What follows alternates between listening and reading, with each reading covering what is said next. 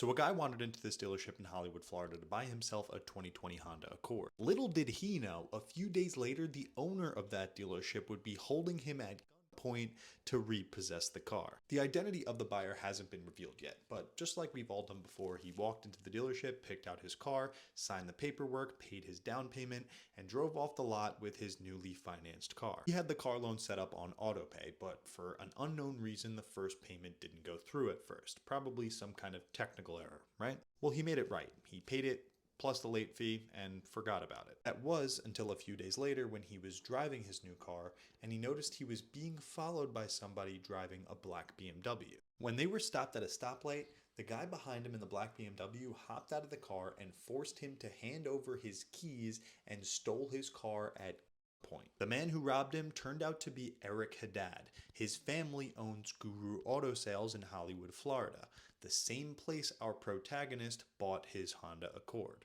Wild for one late payment, right?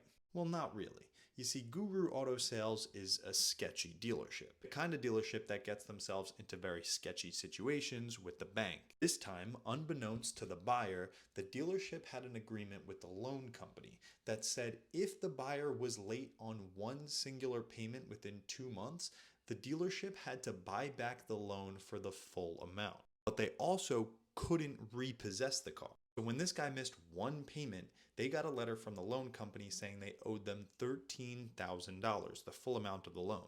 5 days later, we found out that his car had been stolen by Eric Haddad. Right after the carjacking, Eric was arrested, I guess because he forgot to flee the scene. He was still there when the cops got there. He'll be spending many years behind bars, and from what I can tell from their Google listing, it looks like the dealership is now permanently closed. If you check out any of their Google reviews, you can tell they probably deserved it.